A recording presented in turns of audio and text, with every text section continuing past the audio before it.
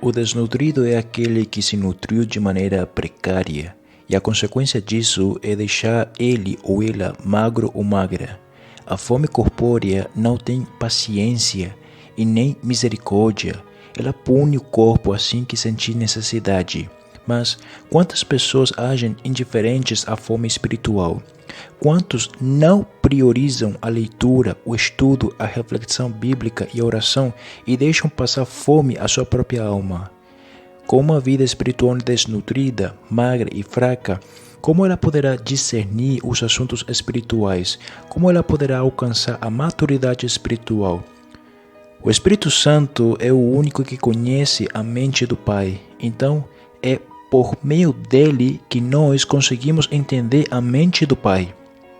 Ele nos ensina o linguajar do Pai, e não estou me referindo a idiomas, senão a forma de pensar do Pai. Nós, porém, não recebemos o Espírito do mundo, mas o Espírito procedente de Deus, para que entendamos as coisas que Deus nos tem dado gratuitamente. Delas também falamos, não com palavras ensinadas pela sabedoria humana, mas com palavras ensinadas pelo Espírito, interpretando verdades espirituais para os que são espirituais. E por que vários cristãos então continuam vivendo conforme a parte mundana da cultura do mundo? Quem não tem o Espírito não aceita as coisas que vêm do Espírito de Deus, pois lhes são loucura, e não é capaz de entendê-las, porque elas são discernidas espiritualmente.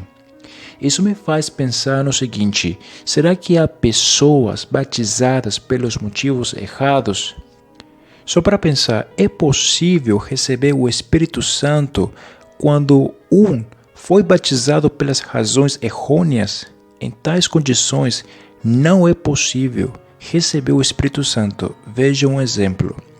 Enquanto Apolo estava em Corinto, Paulo, atravessando as regiões altas, chegou a Éfeso. Ali encontrou alguns discípulos e lhes perguntou: vocês receberam o Espírito Santo quando creram? Eles responderam: não, nem sequer ouvimos que existe o Espírito Santo. Então, que batismo vocês receberam? Perguntou Paulo. O batismo de João, responderam eles. Disse Paulo: o batismo de João foi um batismo de arrependimento. Ele dizia ao povo que cresce naquele que viria depois dele, isto é, em Jesus. Ouvindo isso, eles foram batizados no nome do Senhor Jesus. Em síntese, o batismo efetuado pelos motivos errados impede receber o Espírito Santo. Se for o caso, então, essa pessoa não teria recebido o Espírito Santo, e isso explicaria o motivo da sua imaturidade e indisposição no que diz respeito a viver no estilo de Cristo. Isso explicaria do porquê, mesmo tendo escolhido entregar sua vida a Cristo de maneira pública, vive bebendo até ficar bêbado, vive expondo o excesso de pele na praia, vive a sua vida no vício da pornografia, por fornicação e o adultério.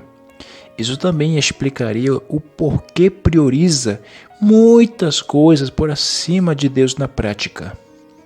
Isso também explicaria o porquê muitos tentam minimizar o rigor de santidade e banalizar o pecado. Essas pessoas são os pseudo-cristãos, e creio que são, humanamente falando, até pior do que os que vivem abertamente no pecado e na devassidão. Ser cristão não é somente ir no domingo para o prédio da congregação, para o momento dos rituais dominicais. Ser cristão consiste em ter uma vida de adoração, em transformar todos os nossos momentos de vida em momentos de adoração. Mas, sem o Espírito Santo, o indivíduo não consegue discernir isso. Que Deus continue nos abençoando.